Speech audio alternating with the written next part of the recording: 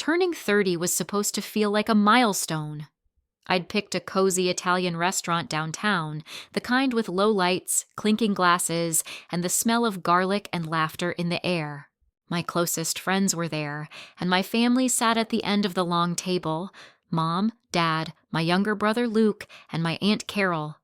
Everyone was smiling, wine flowing, a perfect night to mark a decade of independence. I'd built a solid life, a career I loved, and a home that finally felt mine. For once, I felt settled. Then Mom reached into her purse. Her hand trembled slightly as she pulled out a cream-colored envelope. I thought it was a birthday card, maybe something sentimental. But when she placed it in front of me, her expression wasn't the usual warm smile. It was tight, nervous. "This is for you," she said softly, her eyes glistening. "Your real father wrote this for you." The words hit like a glass shattering in my chest. The laughter around the table died instantly. My fork clattered against the plate. "What?" I asked, barely a whisper. The room tilted, everyone frozen in silence. My dad, the man who'd raised me, shifted in his seat, his jaw clenched, eyes glued to his wineglass. Mom's hand hovered near the envelope like she wanted to take it back but couldn't. Luke looked between them, confused. I stared at the letter, my name written in a handwriting I didn't recognize. My heart thudded so loud it drowned out the restaurant noise. "What do you mean, my real father?" I managed to say, my voice cracking. Mom didn't answer right away. She just looked at me, guilt and fear flickering behind her eyes.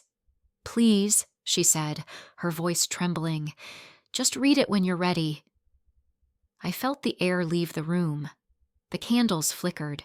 My birthday cake sat untouched, candles still smoking. The table buzzed with whispers, but all I heard was that one phrase echoing in my head. "Your real father." I pushed the envelope aside, unable to touch it. Whatever was inside had already changed everything. The drive home was a blur of headlights and questions I couldn't form. Mom and Dad rode in silence in the back seat of my thoughts, their faces burned into my mind. When I walked into my apartment, I dropped my purse on the counter and stared at the envelope in my hand. The handwriting suddenly felt heavier than the paper it was written on. I sat down, my fingers tracing the edge, my pulse racing. Who was he? Why now? Why would Mom wait 30 years to tell me? I didn't open it. I couldn't. Not yet. I called her instead. She didn't answer. Then I tried Dad. He picked up after 2 rings, his voice low. "I didn't want you to find out like that," he said quietly. My stomach dropped. "So it's true?" I asked. He hesitated, then exhaled. "Yes." One word, and my whole world cracked. "Who is he?" I pressed, my voice shaking. "Someone from before," he said. "Before me. Before us." His tone was calm but distant, like he'd rehearsed this conversation in his head for years. I could hear the pain in it, the resignation. "I raised you," he added. "That doesn't change." But it did. Everything changed. I hung up before the tears came, sinking into the couch, the envelope burning a hole on the table. My phone buzzed with messages from friends. "Are you okay? What happened at dinner?" I didn't reply. The night felt unreal, like I was living someone else's story. I picked up the envelope again, weighing it in my hand. The seal was still intact, mocking me. Somewhere in there was a stranger's voice, a man who apparently wrote me a letter, someone who might have loved me once, or maybe didn't at all. The clock ticked past midnight. My birthday was over, and so was the version of my life I thought I knew. I stared at the envelope one last time before setting it down on the coffee table. Tomorrow, I told myself.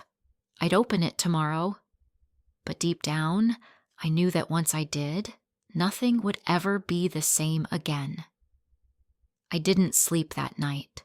Every time I closed my eyes, I saw the envelope sitting on my coffee table, lit faintly by the street lamp outside. It felt alive, like it was breathing, waiting for me to finally face it.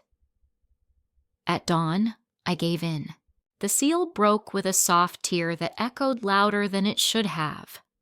Inside was a folded piece of paper, yellowed at the edges, creased from decades of waiting. The date at the top stopped me cold. April 7th, 1995. I was barely a few months old. The first line made my chest tighten. To my child, whom I've never met. His handwriting was careful, almost elegant, each curve deliberate, like every word mattered. I don't know your name or if you'll ever read this, but if you do, know this: you are never a mistake. You were my heartbeat in a world that told me to forget. My throat closed up. I kept reading, my eyes blurring as the letter unfolded like a confession. He wrote about meeting my mother, how their connection had been instant but impossible. He'd been someone she wasn't supposed to love. The kind of phrase that both romanticized and condemned them at once. They had stolen nights, whispered plans, and then, suddenly, it was over. He'd been sent away, forced out of her life before he even knew she was pregnant. She told me not to come back, he wrote. Said it would ruin everything, but I never stopped thinking of you. I sent letters. I called. She never answered. If you're reading this, it means you're old enough to know the truth. My hands trembled. There was more. About how he'd tried to find me, how he'd left this letter with someone who promised to give it to Mom when the time was right. The last line was what broke me. You may never see me, but every birthday, I've imagined you blowing out candles, and I've wished for the same thing, that someday you'd know I never stopped loving you. I set the paper down, my chest aching. Somewhere out there, this man had carried me in his memory for 30 years. A stranger? My father? All my life, I thought I knew my dad. Thomas Keller, the man who packed my lunches, fixed the wobbly bike I outgrew, and clapped at my high school graduation with quiet pride. He was steady, predictable, but not warm. Not really. As a kid, I told myself he was just a quiet man, not one for hugs or big emotions. He'd pat my shoulder instead of saying, I love you. He'd show up to my recitals, but never smile much. I used to think it was just how dads were, but after reading that letter, memories began to twist into new shapes, ones I didn't want to see.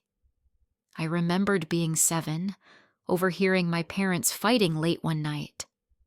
Mom's voice was sharp. You promised not to bring it up again, she'd said. His reply was low, tight. I deserve to know the truth. She deserves to know. I'd crept back to bed, not understanding. Now I did. Another time, when I was 16, I'd asked him why we didn't have baby pictures from when I was born. He'd said the hospital lost them. I'd believed him. He'd always seemed a little distant on my birthdays, too. I'd thought it was just his way, but maybe it wasn't. Maybe each candle I blew out reminded him that I wasn't really his. The realization gutted me. It wasn't that he didn't love me. He did in his quiet way, but maybe loving me was harder for him than I ever knew. Still, he stayed. He raised me. He paid for my braces, helped me move into my first apartment, called every Sunday. But the cracks were there now, and I couldn't unsee them. Every memory, every moment of silence between us felt like a missing piece clicking into place. He'd carried a secret, too. One he didn't choose, but one he bore anyway. And now, sitting in my apartment surrounded by ghosts of the past, I realized something painful and simple. Maybe I'd had 2 fathers all along. One who raised me, and one who never got the chance. By morning, my head was pounding from a night of no sleep and too many thoughts circling the same question. Why did she wait until now? I sat in my car outside my parents' house for a long time, staring at the familiar red brick walls that suddenly felt like a stage for lies. Mom opened the door before I even knocked. She looked tired, as if she'd aged overnight. "I knew you'd come," she said quietly. We stood in silence until she motioned toward the kitchen. The same kitchen where she'd packed my school lunches, taught me how to bake cookies, and laughed at Dad's dry jokes. Now, the air between us was brittle. I set the letter on the table between us. "Why?" I asked, my voice barely steady. She didn't pretend not to know what I meant. Her eyes fell on the paper, and her shoulders sagged. "Because I thought I could protect you from it," she said. "From him. From everything." "Protect me?" I snapped. "You lied to me my entire life." She flinched, then nodded. "I did. And I'm sorry." She took a deep breath. "It was before your father and I married. I was 23, working as an assistant for the local paper. He was different. Wild, charming. He was a journalist, here for an assignment, staying only a few months. I fell for him before I even realized it was happening." She smiled faintly, lost in the memory, then her eyes filled with regret. "When I found out I was pregnant, he was already gone, sent to another state for a story. I tried to reach him, but by the time I did, it was too late. I'd married Thomas." My heart thudded. "Did he know? My real father?" She nodded slowly. "Eventually, years later, he wrote me letters. He wanted to meet you, but Thomas, your father, he couldn't handle it. He said if I let him in, we'd fall apart." She swallowed hard, tears glinting. "I chose stability over chaos. I thought it was the right thing for you. I wanted to scream, but all that came out was a whisper. You took his choice away, and mine." She looked at me, broken. "I know, but I loved you more than I loved the truth." Her words hung in the air like a confession and a curse. Mom's voice softened, and for a moment it was like she was speaking to herself more than to me. "His name was Michael Reeves," she said. "He wasn't from here. He'd been sent by the paper to cover a local corruption story. He was everything I wasn't. Brave, restless. He used to play guitar after work out by the lake. He said music helped him think." She smiled faintly. "We met at a diner. I was pouring coffee for the night shift, and he sat in my section every evening, always ordering the same thing, black coffee and cherry pie. One night he stayed until closing. We talked until sunrise." Her gaze drifted toward the window, as if replaying those memories on the glass. "It wasn't supposed to be serious," she continued, "but it was. We fell hard and fast. I'd never felt that alive before. My parents hated him. They said he was unstable, a drifter. And when they found out I was pregnant, they panicked." Her voice trembled.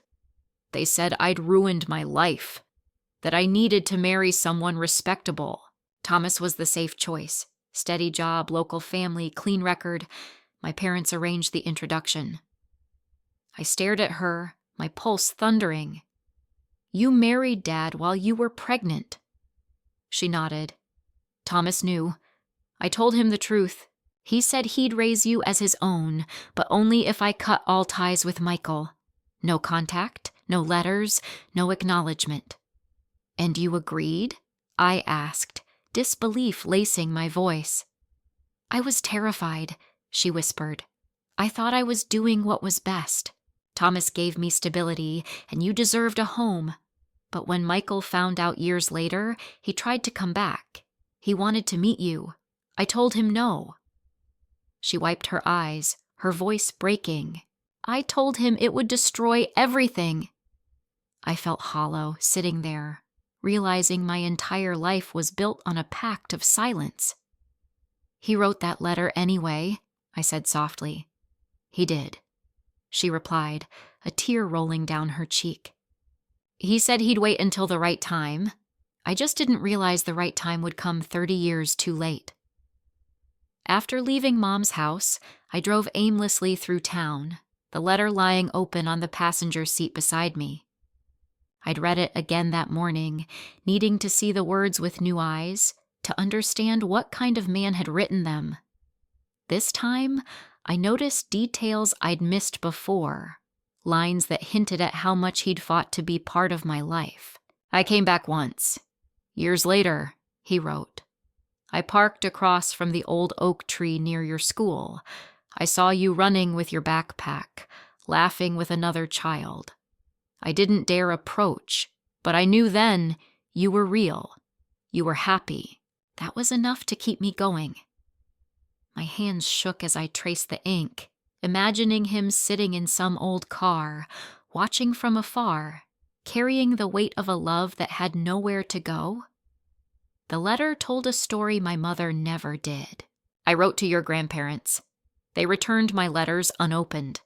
I left a gift once, a small bracelet, carved wood with your initials. Maybe they threw it away, maybe they didn't. But I kept writing, hoping one day they'd relent." I thought of my grandmother's stern face, her obsession with keeping up appearances. It wasn't hard to picture her dropping those letters in the trash, convinced she was protecting me from trouble. He ended the letter with words that hit harder than anything else. "If you're reading this, it means I never stopped loving you. I hope life has been kind. I hope you've been loved the way I wanted to love you. If I've gone by the time you see this, know I looked for you until I couldn't anymore."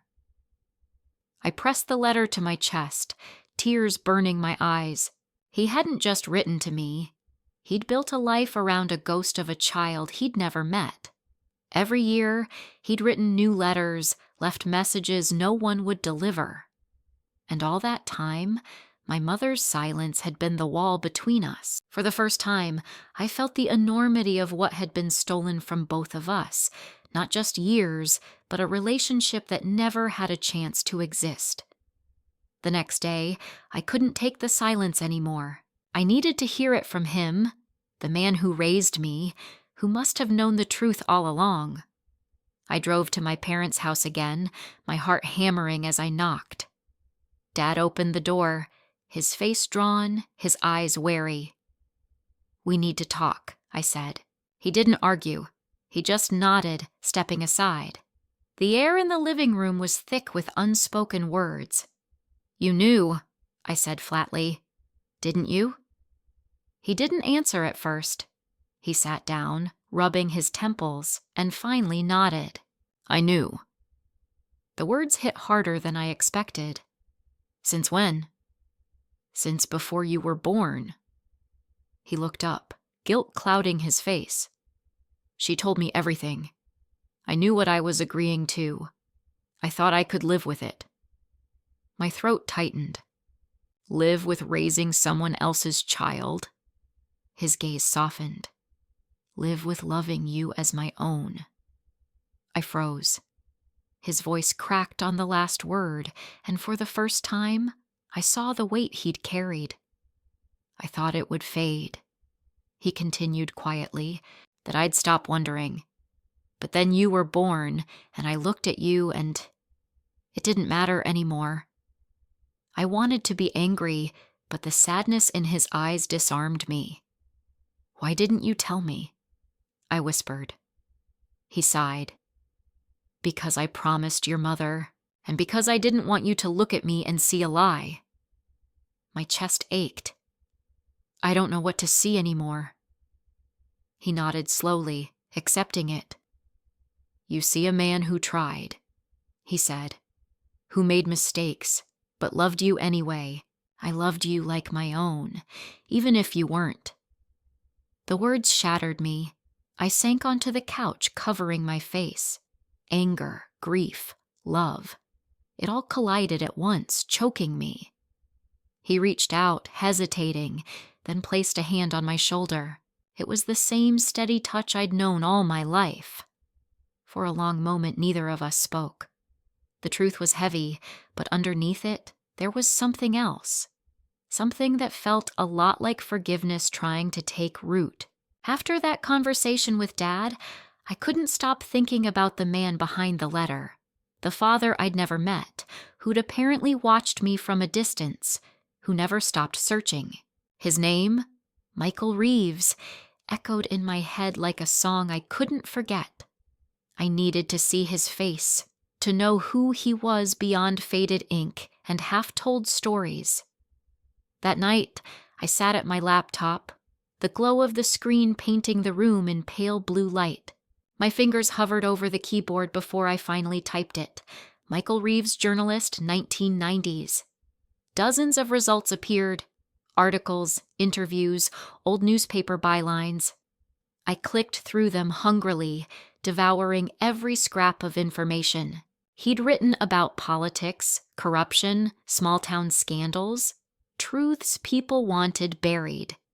One article had a photo of him, messy hair, confident smile, a camera hanging from his neck. My breath caught. I could see it, the curve of my jaw, the same eyes, the same half-smirk I saw in my own reflection sometimes. My heart hammered as I read on. There were awards, travel pieces, a timeline of a life I'd never been part of. The deeper I dug, the more real he became. There was an old profile mentioning that he'd lived in New Mexico for a few years, then in Oregon.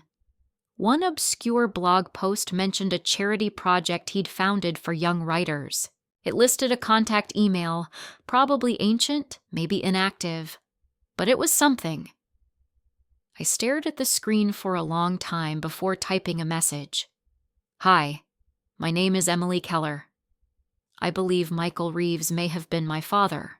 I found a letter he wrote to me 30 years ago. If this reaches anyone who knew him, please write back.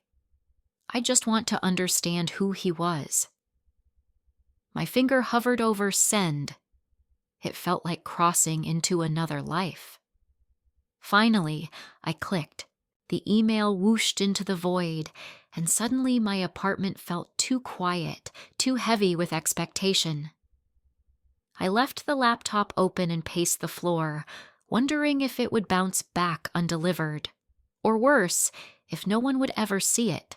When sleep finally came, it was restless, filled with dreams of a man I'd never met calling my name from somewhere just out of reach. 3 days later, I was halfway through a work meeting when my phone buzzed. The subject line froze me. Michael Reeves. My breath caught as I opened the message, my pulse drumming in my ears.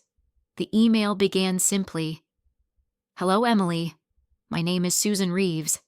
Michael was my older brother." My eyes blurred as I kept reading. "I don't know how to say this, but he passed away 2 years ago.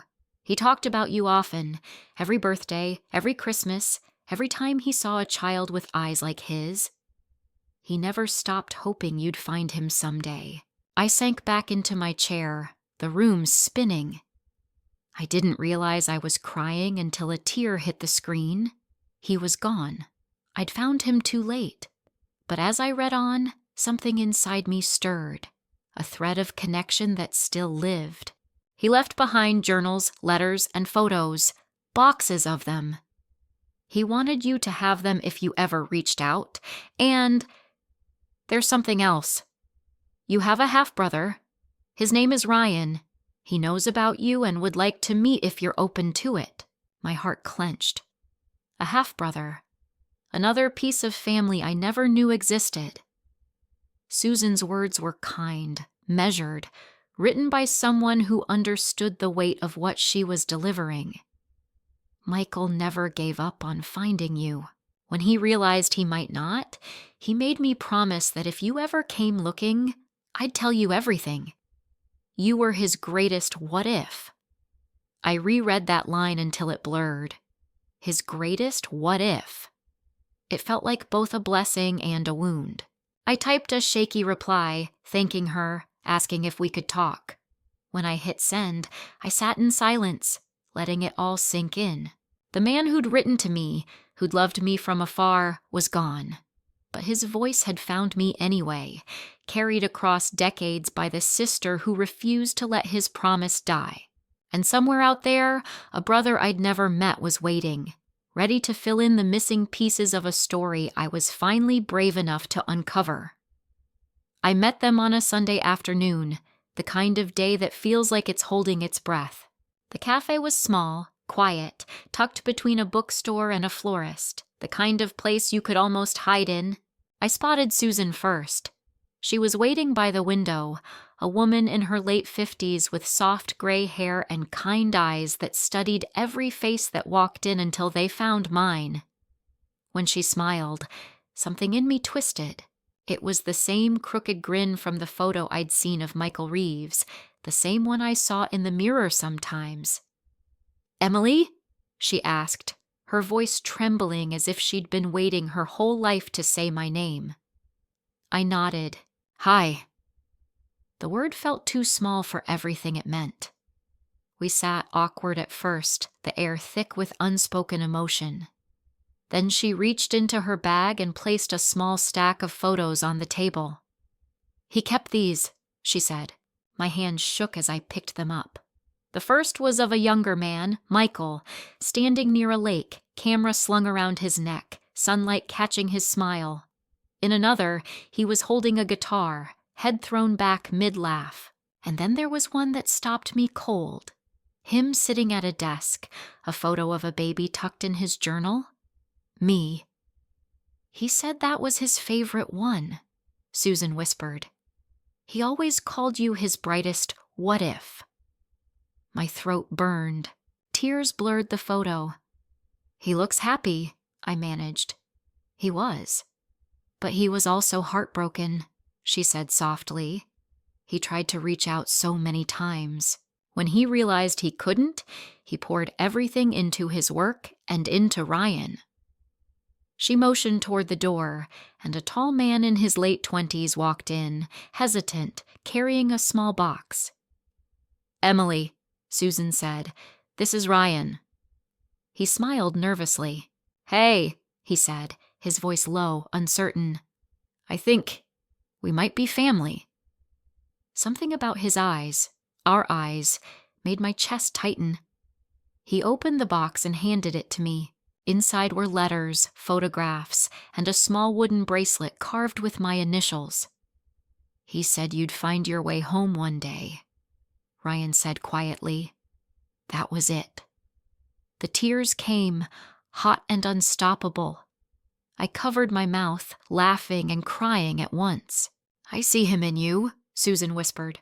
Same eyes, same laugh.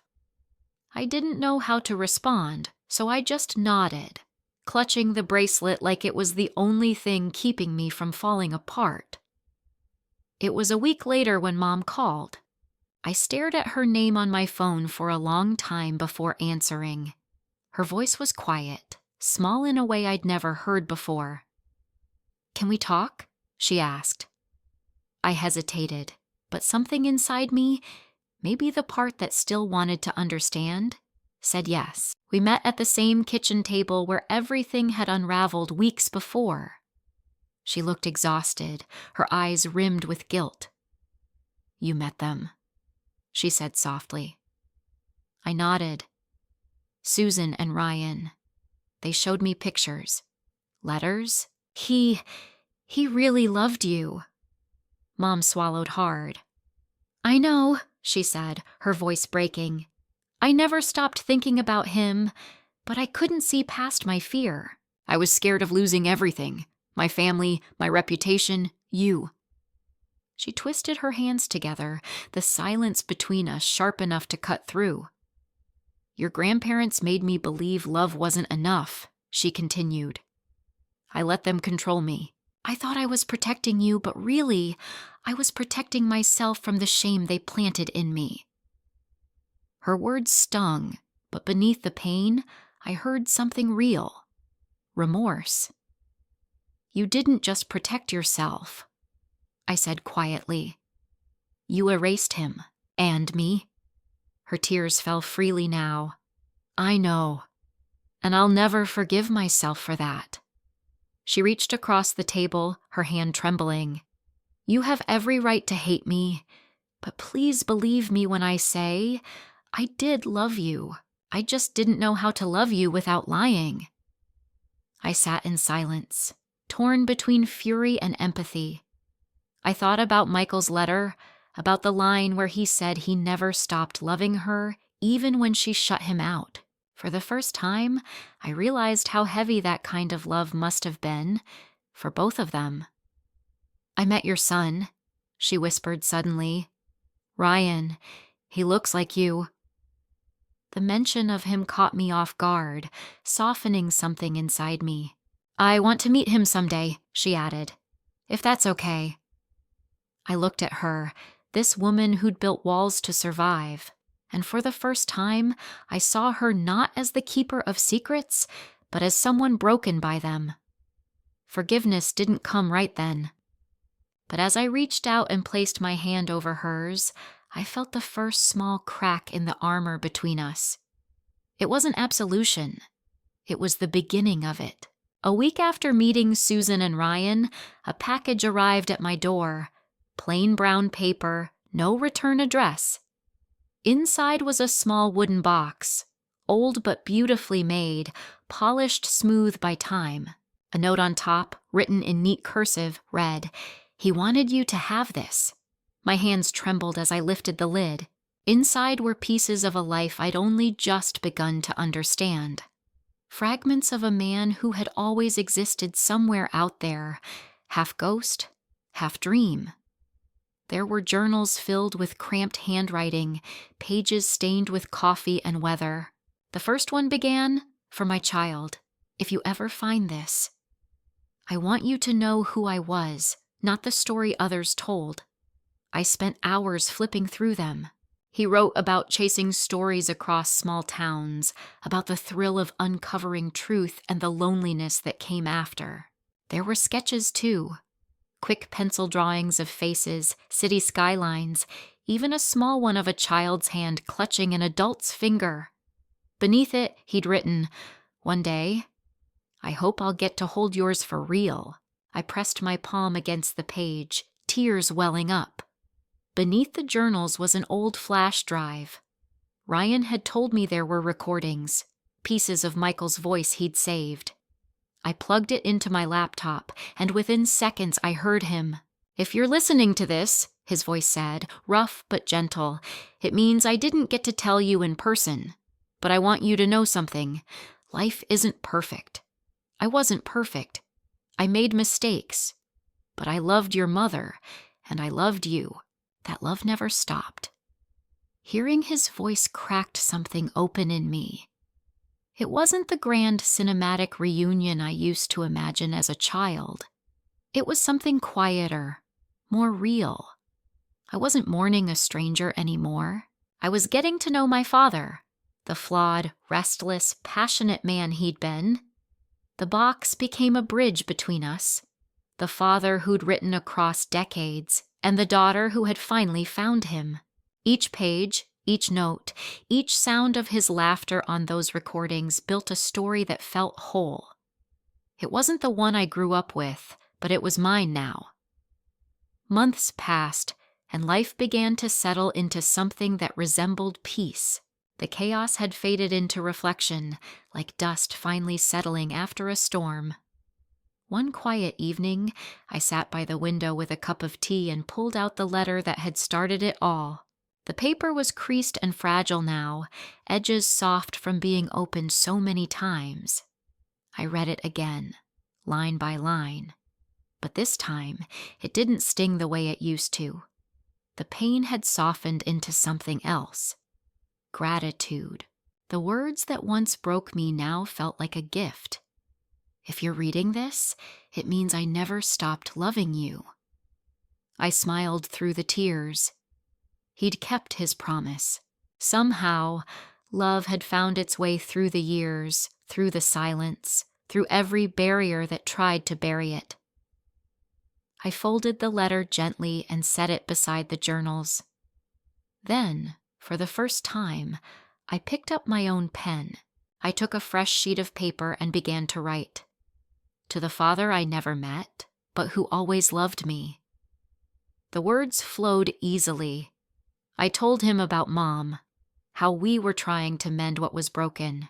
I told him about Ryan, about how we'd laughed over coffee, realizing we had the same crooked grin. I told him about the box, the recordings, how his voice had become part of my nights now. And then I told him about me, the woman I'd become, shaped by both his absence and his love.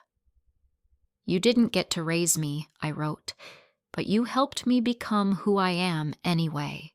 When I finished, I folded the letter and slipped it into the wooden box beside his.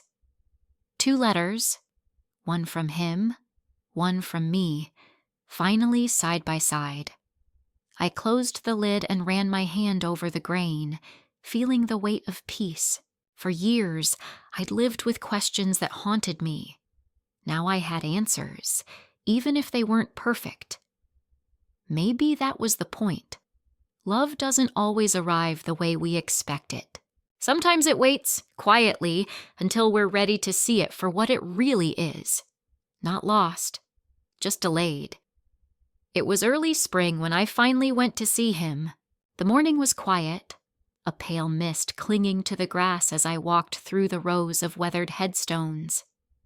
Birds stirred in the trees, their songs soft but certain, like the world was trying to remind me that endings could be gentle too. The cemetery sat on a hill overlooking the edge of town, a place I'd driven past countless times without knowing he was here. Susan had given me the location, along with directions so detailed it was clear she'd walked this path more than once herself. I found his name etched into a simple stone. Michael Reeves, 1964-2023, truth teller, dreamer, father. My breath caught. Seeing his name carved in stone made everything real in a way even the letter hadn't. For a long moment, I just stood there, staring at the ground where he rested, imagining the man from the photographs, the smile, the messy hair, the camera always around his neck. The man who never stopped looking for me. I knelt and placed the small wooden box beside the headstone. Inside were both letters, his and mine, folded neatly together, bound by a thin ribbon. My fingers lingered on the lid before I whispered, "You found me after all." The wind stirred, cool and soft, brushing against my face as if in answer. I closed my eyes, letting the silence wrap around me. For the first time, I didn't feel hollow. I felt whole. I thought about Mom, about Dad, about the complicated web of love and mistakes that had shaped us all. None of it was perfect, but it was real. I'd stopped expecting perfect. I stood, brushing dirt from my knees, and looked out over the hill. The sun was breaking through the clouds, warm light spilling across the grass. I took a deep breath and said quietly, "Family isn't always who raises you or who you share blood with. It's who chooses love over silence." The words felt right, final. I left the box there, a bridge between past and present, between him and me, and began walking back down the path. The wind carried the faint scent of blooming lilacs, and for the first time in a long time, I felt free. Not from him, not from my mother, but from the secret that had defined my life. As I reached the gates, I glanced back one last time. The sun had caught on the stone, making his name glow gold in the morning light. I smiled, whispered goodbye, and kept walking toward a future that finally belonged to me. This story was intense, but this story on the right-hand side is even more insane.